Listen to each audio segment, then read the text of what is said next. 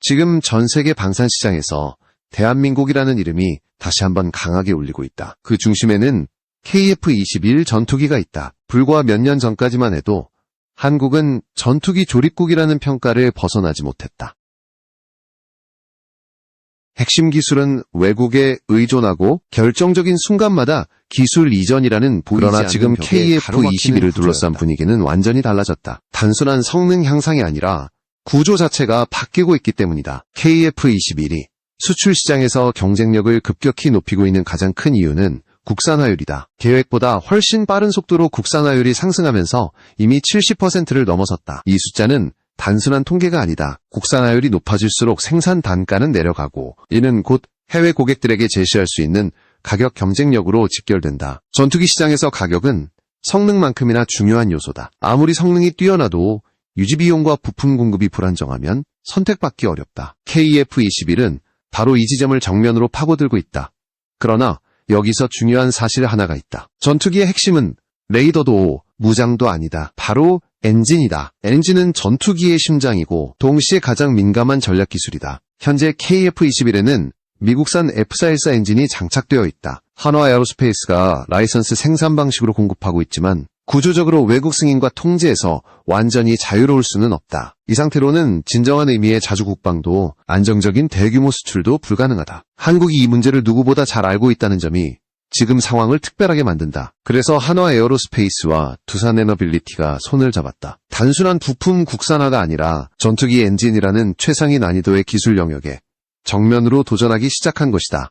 이 선택은 매우 위험하면서도 동시에 피할 수 없는 길이다. 엔진 국산화에 실패하면 KF-21은 언제든 외부 변수에 의해 발이 묶일 수 있다. 반대로 성공한다면 한국은 완전히 다른 단계로 올라서게 된다.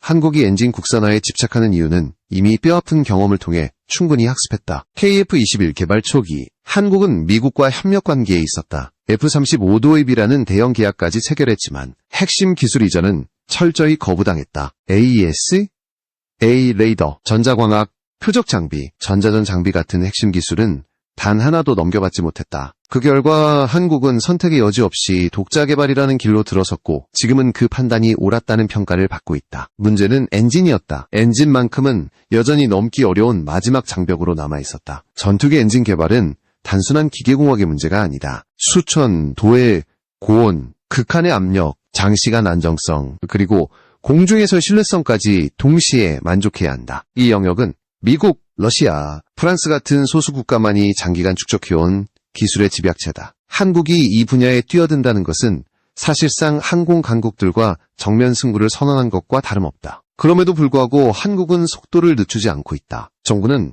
2030년 초까지 엔진을 포함한 최대한의 독립성을 확보하겠다는 목표를 명확히 제시했다. 엔진 국산화는 더 이상 선택이 아니라 필수라는 판단이다. 만약 지금 이 도전을 포기한다면 KF-21은 앞으로 수십 년 동안 외국 기술 승인이라는 족쇄를 달고 운용될 수밖에 없다. 그 리스크는 성능 문제보다 훨씬 치명적이다. 지금 KF-21은 단순한 시험 단계를 넘어 실전 기체 완성형이 눈앞에 와 있다. 국산화율 상승, 생산체계 안정화, 그리고 마지막으로 남은 엔진이라는 퍼즐 조각. 이 조각이 맞춰지는 순간 KF-21은 더 이상 조립 전투기가 아니다. 완전한 항공 무기 체계로서 세계 시장에 서게 된다. 그리고 바로 이 지점에서 전 세계가 다시 한번 한국을 주목하기 시작했다.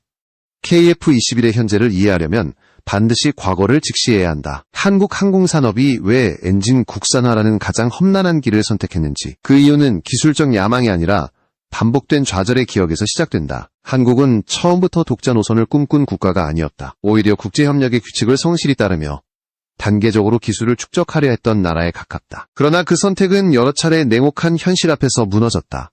KF-21 개발 초기, 한국은 미국과의 협력을 통해 안정적인 기술 이전을 기대했다. F-35 도입이라는 대형 계약까지 체결하면서 상호 신뢰가 구축될 것이라는 기대도 있었다. 하지만 결과는 정반대였다. 미국은 핵심 기술 이전을 철저히 차단했다. AES, A 레이더, 적외선 탐색 추적 장비, 전자광학 표적 장비, 전자전 체계 같은 전투기의 두뇌와 신경계에 해당하는 기술들은 단 하나도 허용되지 않았다. 이 결정은 단순한 외교 문제를 넘어 구조적인 한계를 드러냈다. 아무리 동맹이라 해도 전투기 핵심 기술은 절대 공유되지 않는다는 냉정한 현실이었다. 한국은 그 순간 깨달았다. 외국 기술에 기대는 방식으로는 언제든 개발 일정이 멈출 수 있고 운용 단계에서도 지속적인 승인과 통제를 받아야 한다는 사실을 말이다. 이 경험은 KF-21 개발 방향을 근본적으로 바꿔놓았다. 기술 이전을 기다리는 수동적 입장에서 벗어나 스스로 개발하지 않으면 살아남을 수 없다는 인식이 자리 잡았다.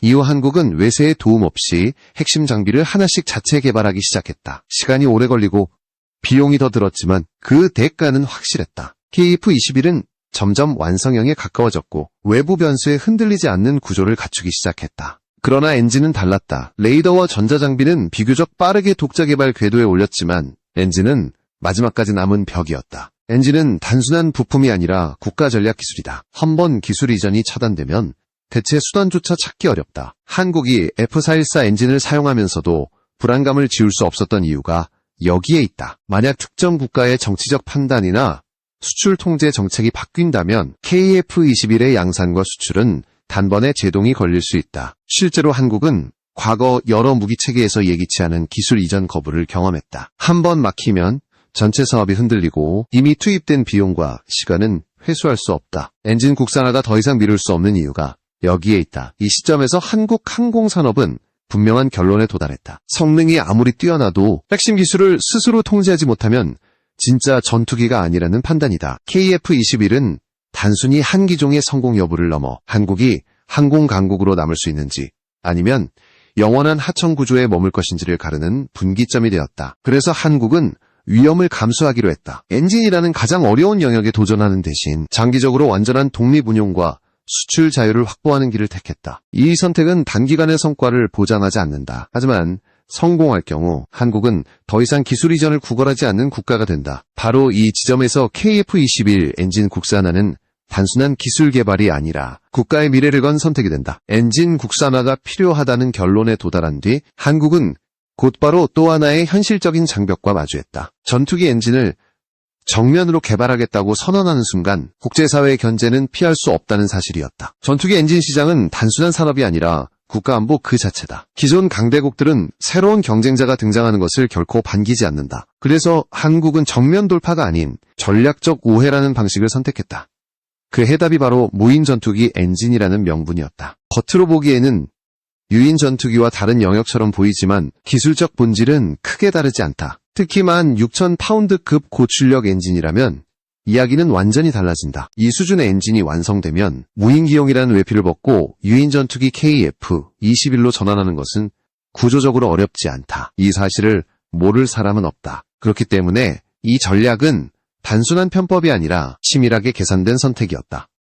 현재 KF-21에 장착된 F414 엔진은 기본 추력 약 14,000파운드 수준이며 애프터버너 가동 시 22,000에서 24,000파운드까지 올라간다. 이 성능만으로도 KF-21은 충분한 전투력을 갖추고 있다. 그러나 만약 국산 엔진이 기본 추력만 6,000파운드 수준을 달성한다면 기체의 성격 자체가 달라진다. 초음속 순항 안정성이 높아지고 무장 탑재 여유가 늘어나며 동시에 기동성까지 향상된다.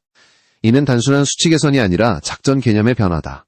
이 지점에서 한국이 노리는 것은 하나다. 성능, 기술 독립, 수출 경쟁력 이 세 가지를 동시에 확보하는 것이다. 외국 엔진에 의존하는 구조에서는 어떤 조건에서도 완전한 자유를 얻을 수 없다. 반면 독자 엔진을 확보하면 운용 개념부터 개량 방향까지 모든 선택권을 스스로 쥘 수 있다. 이는 해외 고객들에게도 매우 강력한 신호가 된다. 정치적 변수에 흔들리지 않는 전투기라는 인식이 형성되기 때문이다. 물론 이 전략에는 위험도 존재한다. 무인기 엔진이라는 명분이 항상 보호막이 되어주는 것은 아니다. 개발 속도가 빨라지거나 시제품이 국제 전시회에서 공개되는 순간 견제의 수위는 다시 높아질 수 있다. 군사용 핵심 기술은 결국 미국이 주도하는 국제 수출 통제 체계의 영향을 받을 가능성이 크다. 무인이라는 이유만으로 완전히 자유롭다고 볼 수 없는 이유다.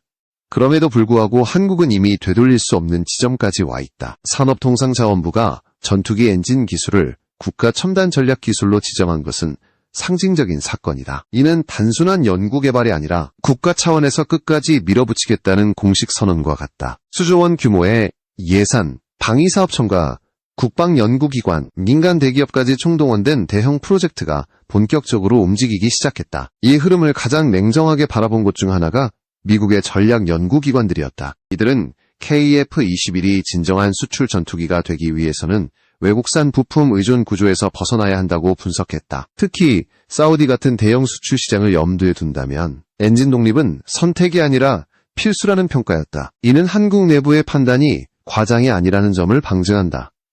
지금 한국이 개발 중인 국산 엔진 프로젝트는 단순히 KF-21 한 기종만을 위한 것이 아니다. 이는 향후 무인 전투기, 차세대 공중전력, 그리고 그 이후의 항공기술까지 연결되는 핵심 축이다. 성공 여부에 따라 한국은 완전한 항공 강국의 문턱을 넘을 수도 있고 반대로 또 하나의 좌절을 경험할 수도 있다.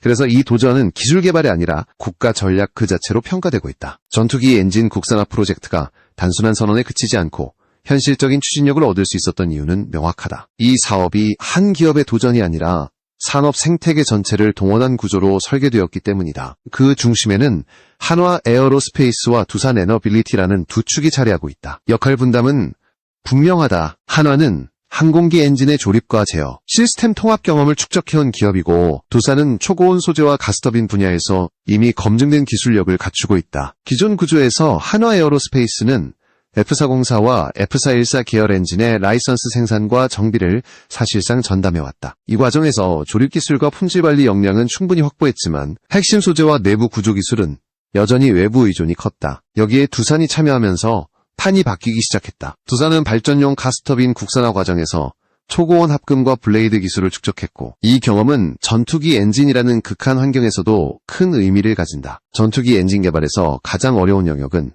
애프터버너 가동 시 발생하는 극한 열과 압력을 견디는 터빈과 블레이드다.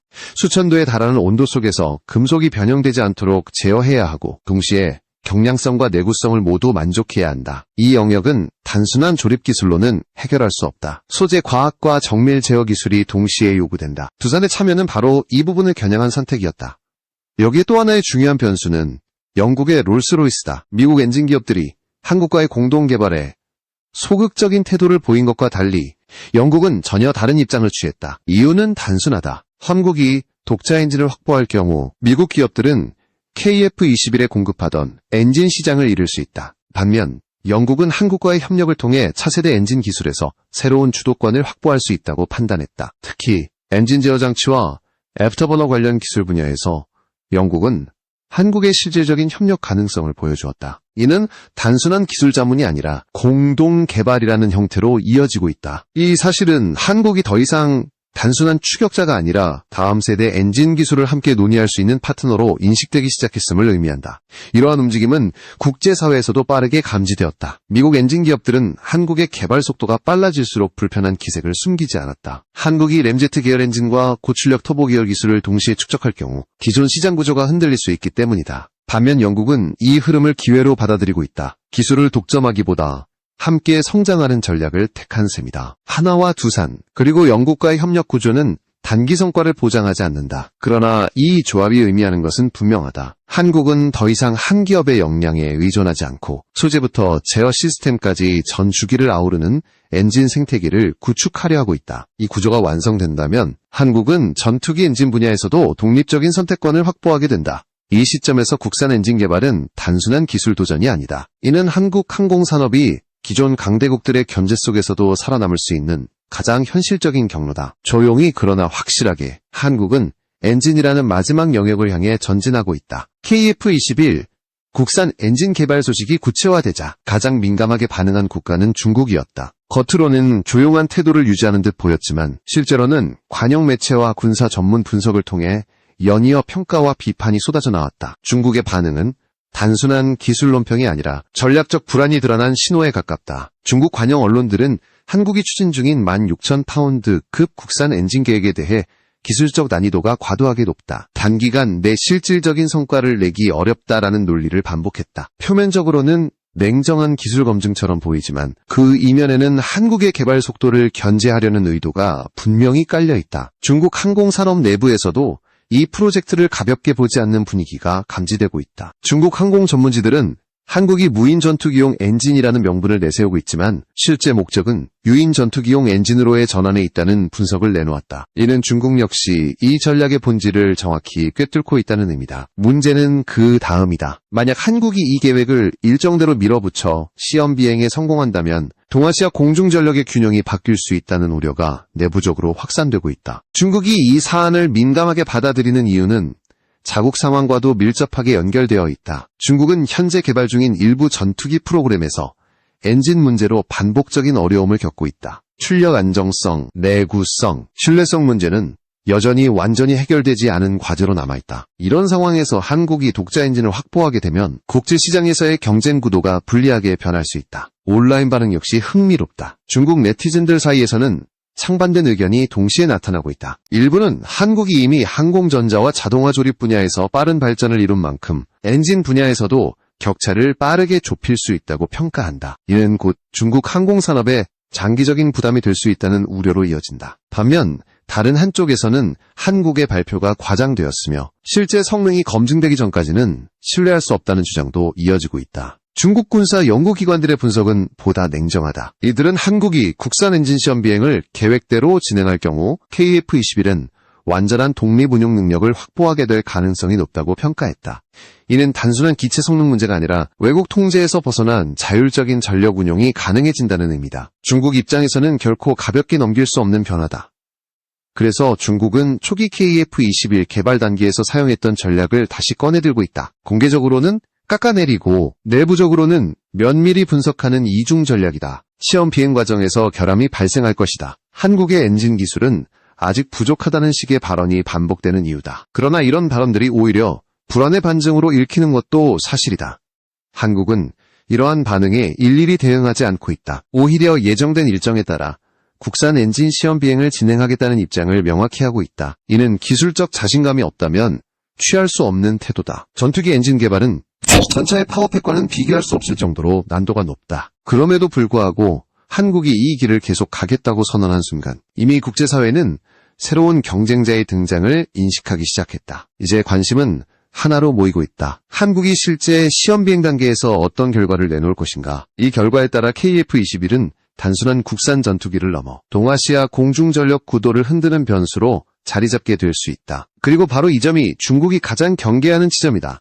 KF-21이 진정으로 위험한 전투기로 평가받기 시작한 지점은 성능이 아니라 가격과 구조였다. 전 세계 방산 시장에서 성능만으로 살아남는 전투기는 거의 없다. 결국 승부를 가르는 것은 유지 비용, 생산 단가, 그리고 장기 운용의 자유도다. 이 세 가지 요소에서 KF-21은 기존 강자들을 동시에 압박하고 있다.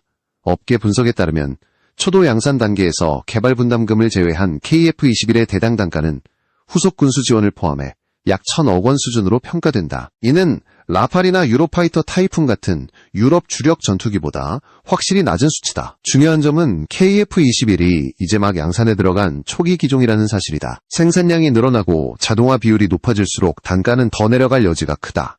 이 가격 구조는 중동과 동유럽 국가들에게 매우 강력한 신호로 작용한다. F-35는 성능은 뛰어나지만 유지비가 지나치게 높다. 반면 KF-21은 45세 대급 성능과 합리적인 가격을 동시에 제공한다. 완전한 5세대는 아니지만 실전 운용과 비용 효율이라는 현실적인 조건에서는 오히려 더 매력적인 선택지가 된다. 중동에서 가장 적극적인 국가는 사우디아라비아다. 이미 한국산 지상무기 체계를 대규모로 도입한 경험이 있고 국방 예산 역시 압도적인 규모를 자랑한다. 사우디는 단순 구매가 아니라 공동 개발과 현지 생산, 그리고 제3국 공동 수출까지 염두에 두고 있다. KF-21은 이 조건에 정확히 부합하는 기체다. 가격, 성능, 그리고 무엇보다 정치적 리스크가 상대적으로 낮다는 점이 결정적이다. 유럽 역시 긴장하고 있다. 프랑스 군사 전문 매체들은 KF-21 양산 소식을 두고 유럽 항공업체들에게 매우 위협적인 존재라고 평가했다. KF-21은 21세기에 새롭게 개발된 거의 유일한 45세대 전투기이며 향후 5세대 수준으로 확장될 수 있는 진화 구조를 갖추고 있다.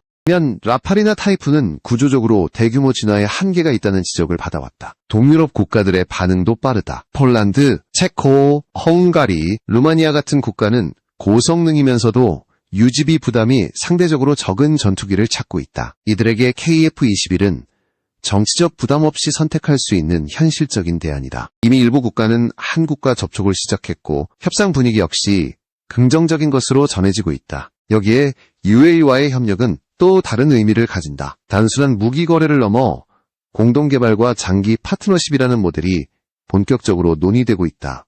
이는 KF21이 한 기종의 성공을 넘어 한국 방산산업 전체의 위상을 끌어올리는 역할을 하고 있다는 뜻이다. 경제적 파급 효과 역시 무시할 수 없다. KF21 사업을 통해 발생하는 수출 유발 효과는 수십조 원 규모로 추정된다. 직접적인 부품 생산과 고용 효과는 물론 항공기술 자립을 통해 절감되는 장기적 비용까지 고려하면 그 영향은 훨씬 크다. 당이 사업청은 KF21이 최소 400대 이상, 많게는 500대 이상 수출될 잠재력을 갖고 있다고 보고 있다. 이 모든 시나리오의 중심에는 엔진이 있다. 국산 엔진이 실제로 성공적으로 자리 잡는 순간 KF21은 완전히 다른 기체가 된다. 외국 승인에서 자유롭고 개량 방향을 스스로 결정할 수 있으며 해외 고객에게도 장기적인 안정성을 보장할 수 있다. 이는 전투기 시장에서 가장 강력한 무기다. 결국 KF21은 단순한 국산 전투기가 아니다. 이는 한국이 기술 종속 구조를 끊고 독자적인 항공 강국으로 올라서려는 과정 그 자체다. 엔진이라는 마지막 문턱을 넘을 수 있다면 KF21은 전 세계 방산 시장에서 더 이상 실험 대상이 아니라 진짜 경쟁자로 자리 잡게 될 것이다.